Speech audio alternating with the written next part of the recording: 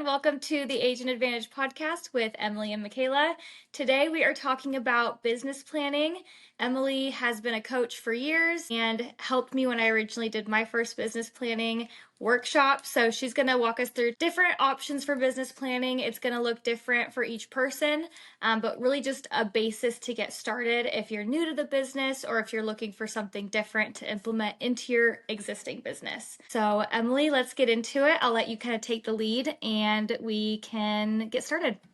Yeah, okay, so this is a pretty intense material that we're going to cover in these 30 minutes, so try and stay with us. We will try and be as thorough as possible, but we're going to hit on some topics that we can later dive deeper into in later episodes. Before you even begin your business planning, you have to define your why, because if you create a business plan and then actionable items from your plan and you don't have a why behind it, you're a lot less likely to actually carry out the activities, which means you're a lot less likely to actually achieve the goal. You have to begin with your why. So a lot of people say, well, how do I know what my why is? Well, I'll tell you this. I'm not going to dive deep into this, but really quick, your why can change. Your why doesn't have to be your family, your children, your spouse. Your why does have to be something bigger than yourself. I personally do my business plan based off the MREA, which is the Millionaire Real Estate Agent, written by Gary Keller. So he goes over 4 models, and they are the organizational model, the economic model, the budget model, and the lead generation model. Those are very important, but my favorite in particular is economic model. The reason for that is because I write down how much, and you remember doing this, Michaela, don't you? I do, yeah. So it does take you a while to understand. If you guys need like a picture of what the economic model outline is, then you can send us a DM on Instagram and we'll send you a picture of that straight from the book. Okay. It has formulas on how to calculate how many appointments you need per year with buyers and with sellers based off of how much you want to make. They go over conversion ratios, your average commission, your average sales price. Those are things you need to know. If you don't know your conversion ratio, err on the side of the lesser. For example, if Michaela's thinks that she's about 60% likely to convert a seller at the listing appointment, then maybe she can put 50%, right? Until she's closed a lot of transactions and she knows and she's tracked that her numbers, then she can put her actual conversion rate there. You start with your economic model, you start with your profit goal. Okay. So for the sake of this exercise, let's just say our profit goal is 100,000. Then you put in what your cost of sales are, which cost of sales do not happen. It's an expense that happens only when a sale is consummated. So your brokerage split, your closing gifts, your agent referrals, if agent referrals is a pillar of your business. And then you put your expenses. Your expenses they happen no matter what. Your office dues, your local board dues, we use CenturyLock. Some people use Supra still. Super, yeah. They say, what is it, 30% on average are your expenses of what you make. So if you've worked in the industry before and have some numbers to work off of, you can usually guess around 30%. Is that correct? Yeah, so it's 30, 30, 40. So your goal is to net 40%.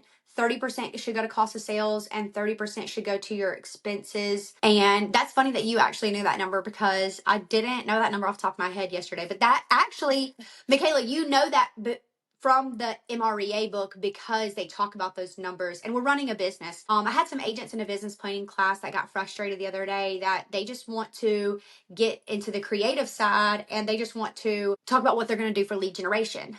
But if I jump to the creativity before the foundation, I don't really know where I don't know how to get there. I know what to do, but I don't know the what. It has no why or meaning behind it. These activities, what are they going to equate to? What income goal? So we start with the end in mind, right? We start with what we're going to make.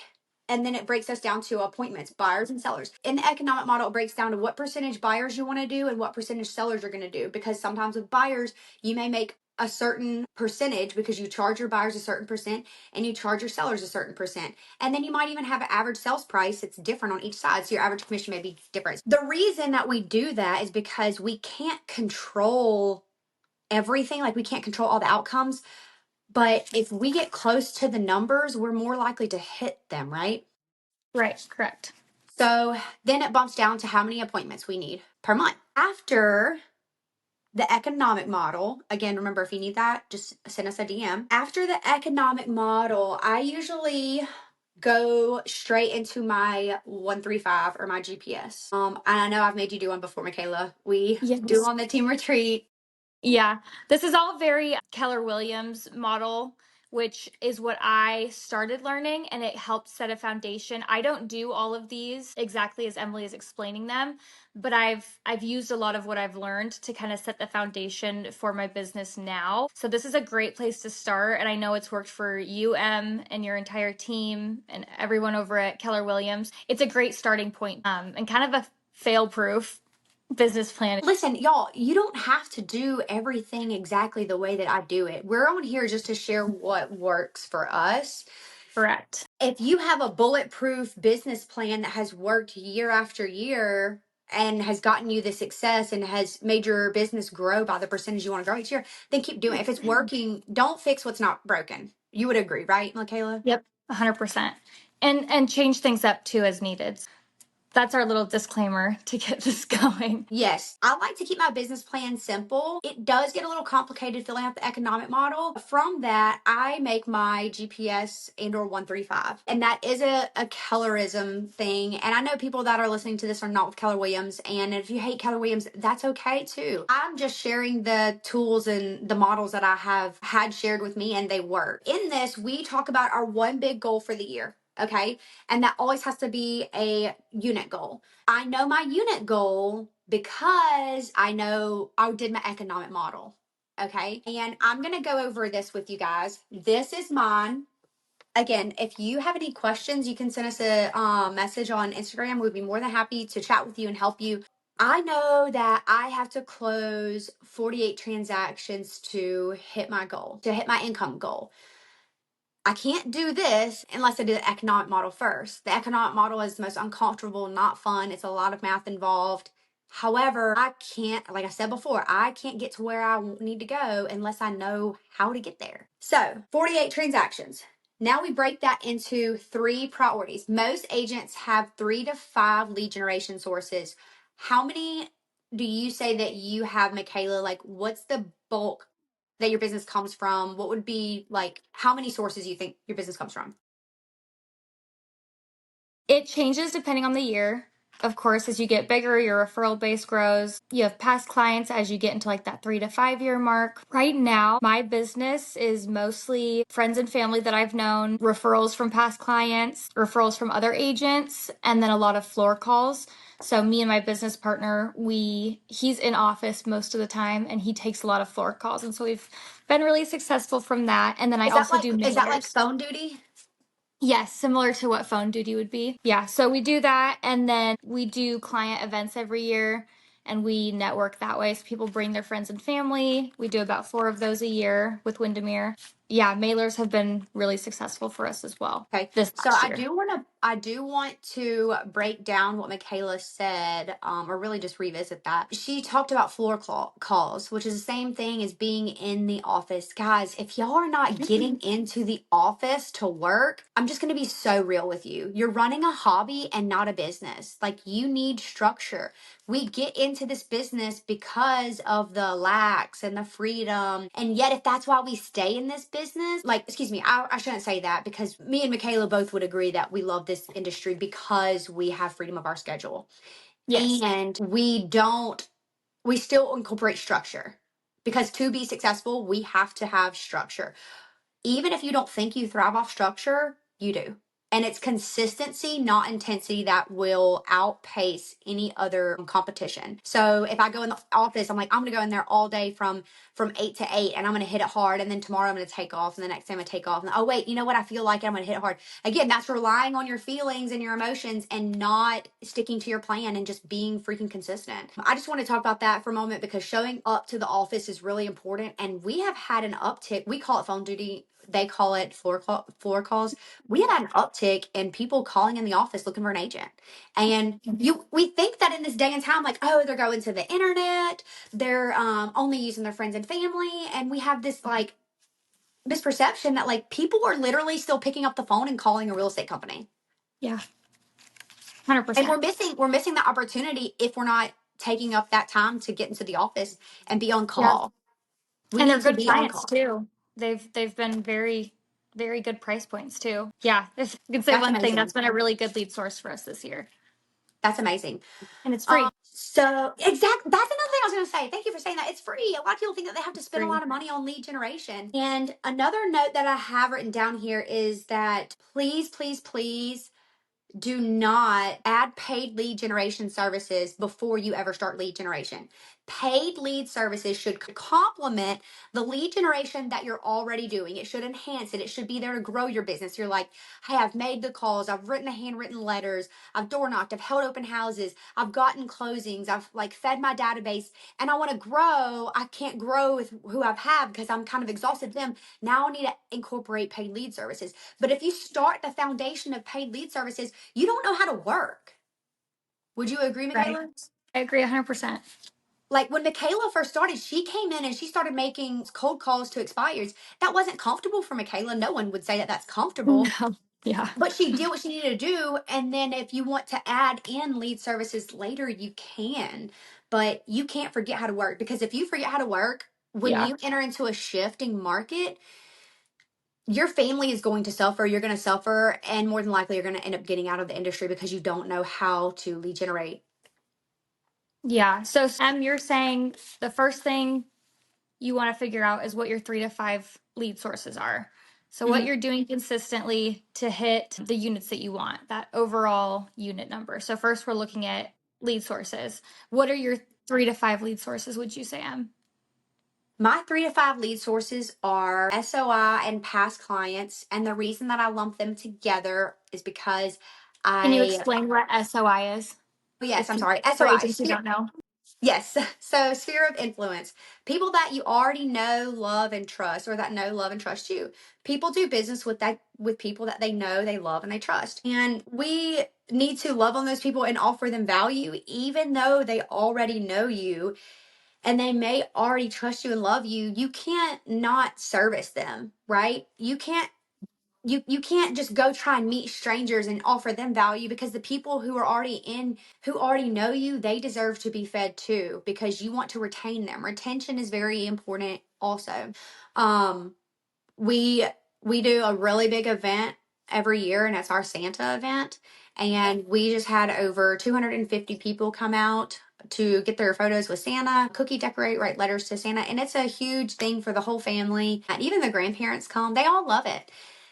And it really doesn't cost us a lot of money. You asked me my three. So sphere and past clients, agent referrals, and I actually did close 2 from Zillow in 2024. I don't believe that I'm going to go into 25 doing as much Zillow. I have given that over to my team, and And we can have a whole episode based around lead sources, but I think it's good to share what we're doing as individuals because it looks very different depending on where you're at, what your budget is. If you're, for me, I can't be in office every day because I live 2 hours from my office. So I have a yeah, business she lives in partner. the middle of nowhere. Yeah, so my business partner takes that on and we have a really good agreement and that works for us. But if I was a new agent starting out, I couldn't have done that. So there's different things for different people. And that's just a place to get you started. We'll do a whole lead generation episode later on for those Michaela, who are interested. Michaela does have a designated office space that she's working at now, for example, and that is dedicated to where she does her real estate work. So if Michaela is working from home, those other agents who do want to work from home or want to be successful working at home, you just have to be more disciplined. And Michaela, you have to be very disciplined in order for that to work, right? Hmm. Correct. Yes. Is there anything you wanted to say, Michaela? I don't think so. I think starting there and then going through exactly what you're going to use those lead sources to complete your business plan. So if someone's sitting down listening to this, what exactly are they going to need to write down or start mapping out? Let's make it very clear and easy for them to follow along. So I have We're 3 priorities. jumping. I'm going to tell you guys what mine are.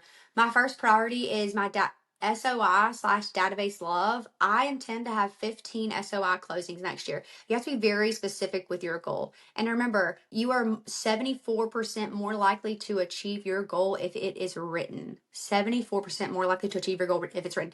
And the more clear you are, the more specific you are, the more likely you are to achieve it. I'm going to close 15 from my SOI database love. How am I going to do that? Well, I have written here, I'm going to send 5 handwritten notes weekly, send a deal of the day email to 10 people per week, comment on 10 posts per day, update my database weekly for 1 hour. Put all database on a 36 touch. A 36 touch means I'm going to touch them 36 times a year, which, okay, touch, that sounds weird, but I'm going to communicate with them Agent 36 lingo. times. Yeah, I'm going to communicate with them 36 times a year. They're going to receive a neighborhood nurture from me, which tells them like the estimated value of their home and what everything else, what is going on in their neighborhood, the new actives, new pendings, everything like that. Your 36 touch is how you're going to communicate with your database. And then from this, I take it and I put it in my calendar.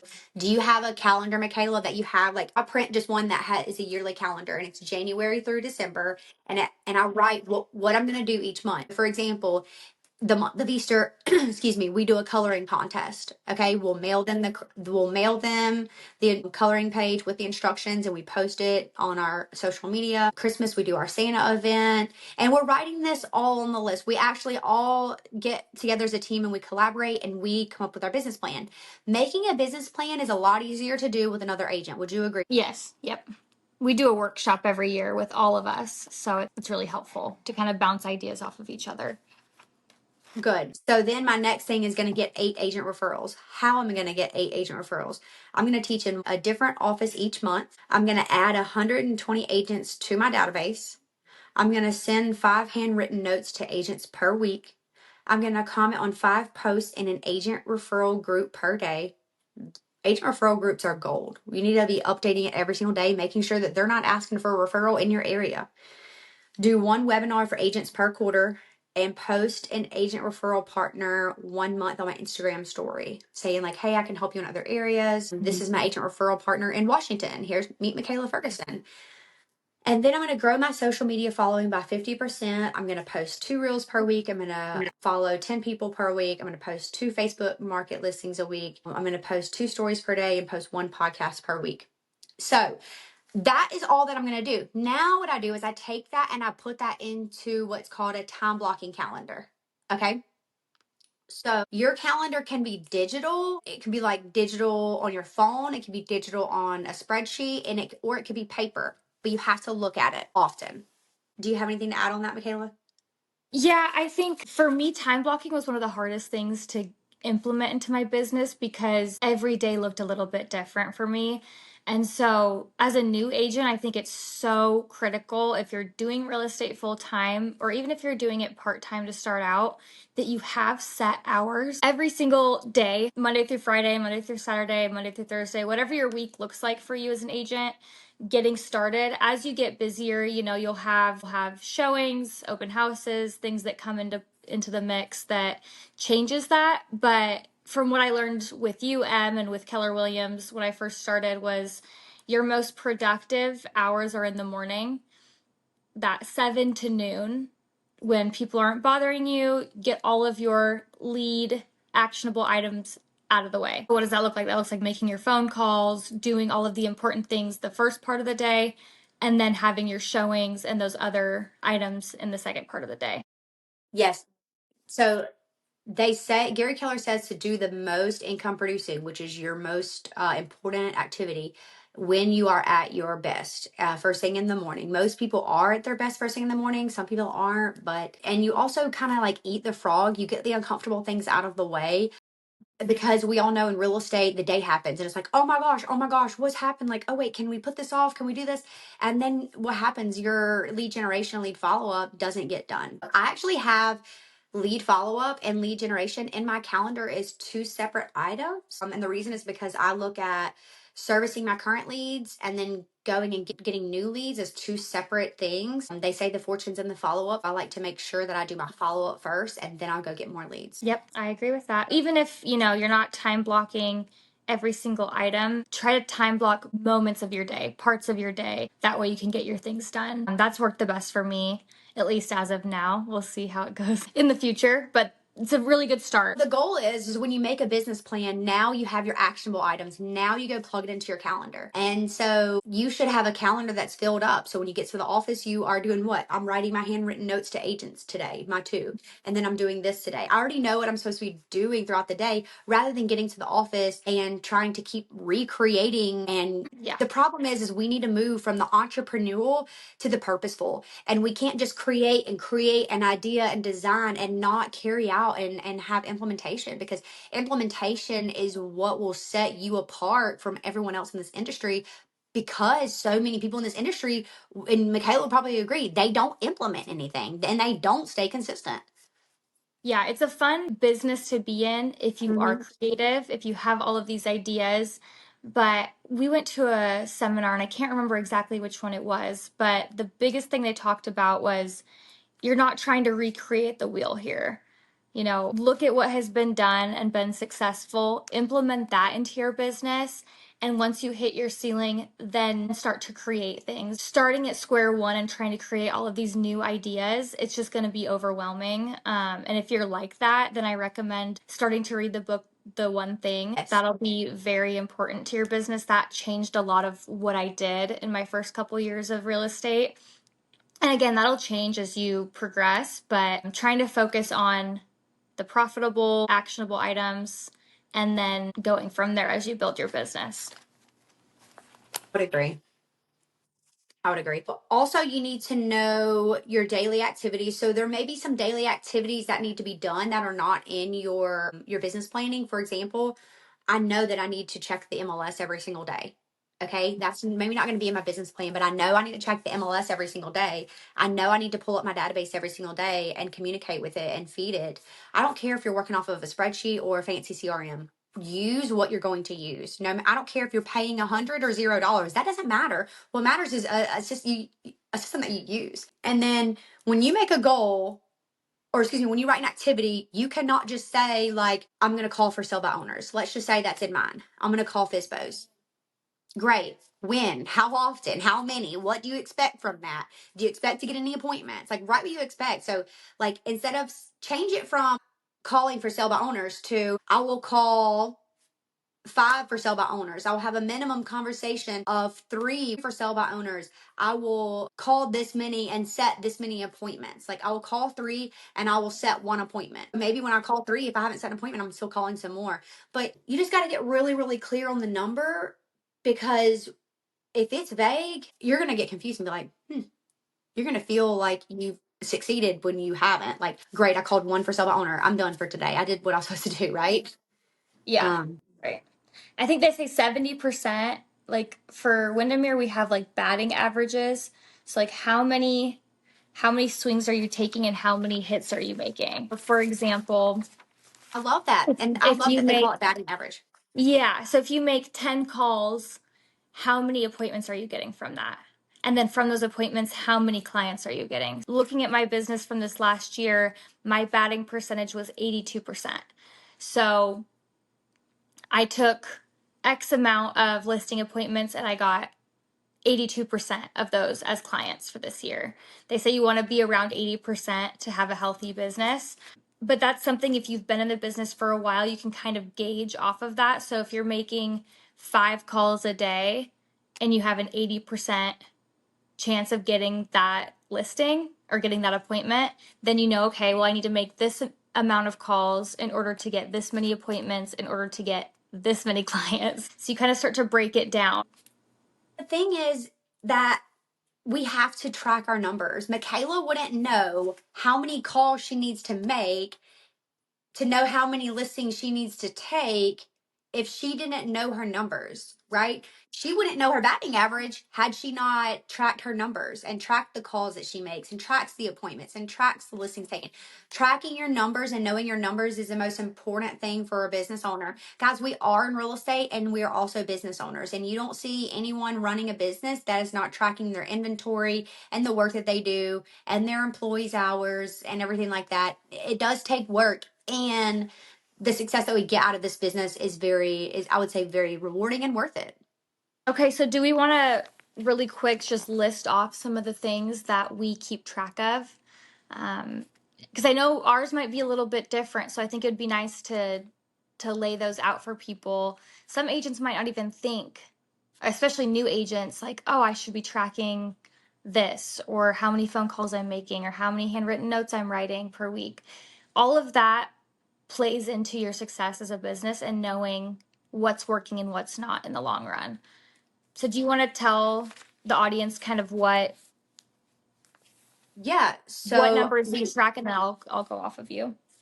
So we have a spreadsheet and we track our closings. Of course, that's a given. We do have a goal tracker and our team tracks how many buyer appointments and how many listing appointments that we go on. From the buyer and listing appointments, then we track how many listings were taken and how many buyers were signed. From that, we actually track our offers written and then to under contract, because we want to know how many appointments does our team have to go on in order to get this many under contract, right? And then the numbers tell a story, because then we'll see us go on a lot of appointments and 2 months later we got a lot under contract, but we didn't go on as many appointments. And we know that because the business that we're working on right now is going to show up, 60 to 90 days from now. Mm-hmm. And how are you tracking that? Are you tracking that daily, weekly, monthly? Weekly. So we have a weekly meeting at 9 a.m. and I tell the agents, hey guys, go ahead and get in your goal tracker and update it if you haven't already. The expectation is that you come to team meeting with your goal tracker already updated. And if they haven't, I will give them 5 or 10 minutes to go ahead and update their goal tracker really quick. Yeah, so if you're not working on a team, if you're an individual agent, that could be something that you implement into your business. Okay, every Monday, let me look back on the previous week and write down how many calls I made, how many appointments I took, and how many clients I signed. Just as a basic.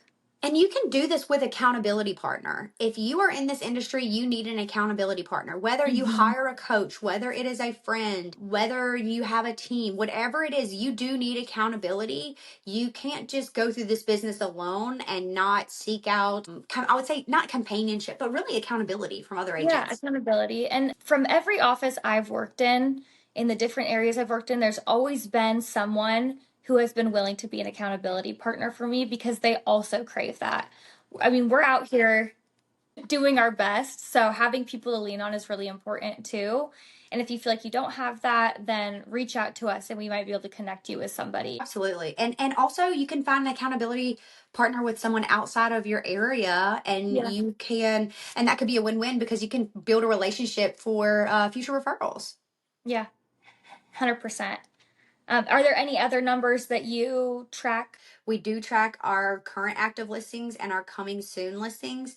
We track our coming soon listings. That should be on our lead follow up. We have a lead tracker separate from this sheet, the spreadsheet that I'm looking at. And I am partial to Google Docs or Google Sheets. I like to use Google Sheets. And we track our coming soon listings, our active listings, because you should be updating your sellers weekly. Every Friday, you need to be given a weekly update of what has happened and what you're going to do. Your seller should not go more than 7 days without hearing from you as their agent. 100%.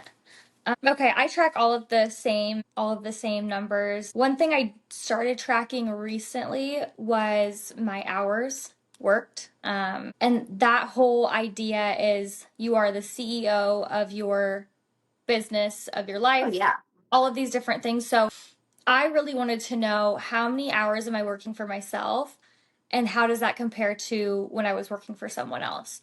So I want to know what I'm doing and what's the most profitable and the most efficient for my time. So I know that I was working 60-hour weeks when I didn't need to be. So it's trying to work on being more efficient, putting more priority on those items that are profitable versus things that might not be. So that's one thing I started doing. I just found a free app to track my clock hours. I update that every single day or every couple of days. And that way I can get a general idea of how many hours I'm working a week and what my business is looking like if I worked a 30-hour week or if I worked a 50-hour week. Is there some correlation in that? Or am I getting more efficient? That's one thing I started doing recently. And I've been enjoying it so far. Maybe that's if you're a new agent or you've been in the business a while, that might be something you want to look into, because then at the end of the year you can break it down and see how much money you're making per hour. What is your hourly I love that. rate? I really do. And guys, remember, before we wrap this up, I will tell you that most agents love to come up with a plan, but the success only comes after following the plan. Consistency beats intensity time and time and time again. This industry does take extreme commitment. It's not, it's simple, but it's not easy. Um, don't overcomplicate it. We wish you guys all of the success, and we are here to encourage you and to inspire you, to elevate you. And if you need anything, and if you have any questions about today's episode, feel free to send us a message on Instagram. We would love to help you. Yeah, we would be happy to share any of our business planning documents with you. Please reach out, and we will see you guys for the next episode next week.